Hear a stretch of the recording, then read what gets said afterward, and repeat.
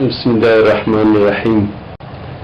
دوستان عزیز بیننده، امروز روز 28 اوت سال 1387 به ادامه گزارش از مرکز از انجمن خیریه حضرت محمد صلوات الله علیه امروز به بخش صحت انجمن آمدیم و با محترم دکتر صاحب سردارگل صحبت‌های کوتاهی دارم که توجه شما دوستان جلب میکنیم. بسم الله الرحمن الرحیم. به مناسبت سال نو 1388 بخیر آغاز می شد. بعضی تحفه‌های از طرف دوستان برای پرسنل کلینیک ما عرضه می شد که از جمله دیگه خود دوستان حاضر و خیر دیگری است. خب دکتر صاحب محترم، انشاءالله توفیق رو میریم به همشیره زحمتکش که واقعا به بخشی انجمن فعالیت‌های بسیار زیاد و خداپسندانه انجام دادن و انشاءالله از اونا همه شما تشکر میکنم و مشکورشان میباشیم.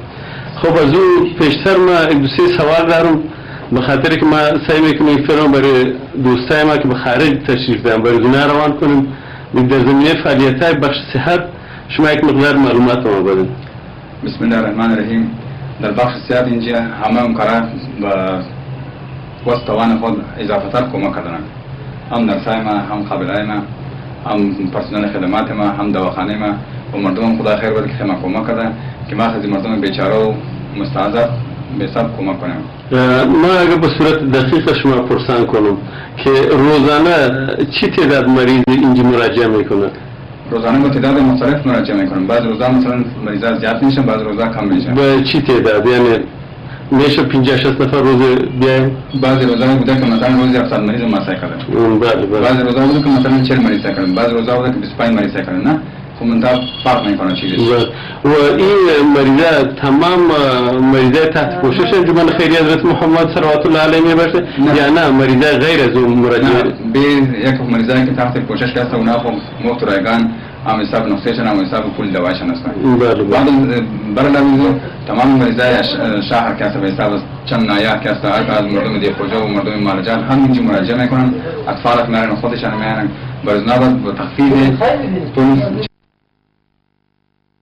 بازار 120-150 مریض چند میگیره؟ ما از اون مریض 50 توانه میگیرم، یعنی یک سیوم فیس بازار تقریبا میگیرم. برای مریض 50 دوایی که مثلا بازار 200 و 300 و 500 میشه، ما پیشن تقریبا 40 روپیه 50 روپیه نه 60 روپیه و بسیار زیاد. برای مریض بازگاه زکات که هست اونا کلشان رایگانه، چیز خودم باشه چیز بیگانه باشه چیز دیگه جا که میام از بیرون کس نگیرد میشن. خدا شما خیر بده.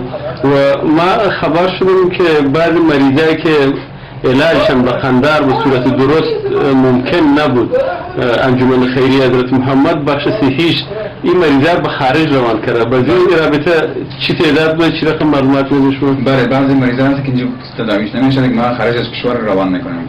که بعض یک مریض داشتم به نام مریض دختر افساله بود، تقریبا روان کردیم طرف خارج کشور.